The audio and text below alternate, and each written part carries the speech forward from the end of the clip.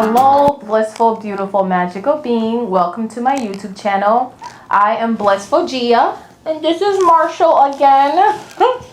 On this channel, we talk about life, beauty, and everything in between, what makes us who we are, and how to navigate this human experience. Diving into today's, I can't talk apparently, but diving into today's discussion. Who are you, Marshall? Who are you? What makes you you? What makes you the person that you are? If somebody were to open this book, the book of Gia, this would pretty much be the guide to, making me do things or be who I am. There's a million contributing factors to things that makes us who we are. Our environment, our culture, our tradition, all of those things are just the surface level of who we are and what makes us us. But if I were to ask you, who are you? Do you like yourself? Do you value and respect yourself? And do you feel like you have to contribute to society? And do you feel within yourself at the end of this whole life experience that you know who you are? Personally speaking, for me, I feel like I only begin to subconsciously know who I am after having my son. And I'm not saying like go out there and have a baby again, because that's not going to make you discover yourself. But just because of who I am, one thing for sure, I know I am a giver. I am a lover, okay?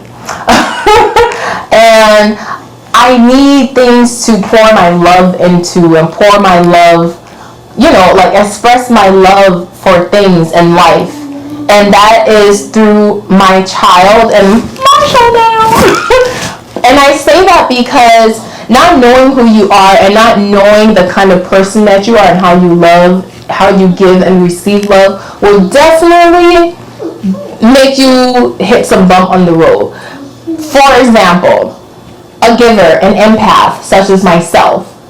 If I were to overexert myself to someone and just constantly pour, it's so easy to take advantage of me. And I made that mistake in my youth, not knowing who to pour my love and light into, that, we all probably done with betrayal and so forth. And even in the midst of betrayal and hate and pain, how we carry ourselves and how we analyze that situation and how we choose to deal with someone truly shows who we are, because internally we have to go in and process those thoughts, how to respond to something. So through all the mess of all of my relationship with friends, family, and so forth, I've learned that I flow more and I'm more vivacious when I move in my feminine energy. Now that's another topic for discussion, because there is an even balance between masculine and feminine energy. So learning through that, I realized I flow better, I'm more happy, my mind is at ease when I'm in my safe space, when I'm in my motion of giving and loving freely without feeling like somebody's gonna come into my back with a dagger and shit. But again, I know that about myself because I had to go through that journey. And there are still things for me to discover, and there's still things about myself that I know and I love. But on the other side, I have some work to do. We all do. There's no such thing as a perfect person.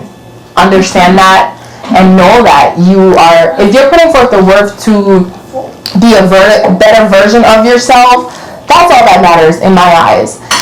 Moving forward, who you are, a lot of us tend to identify to like our culture.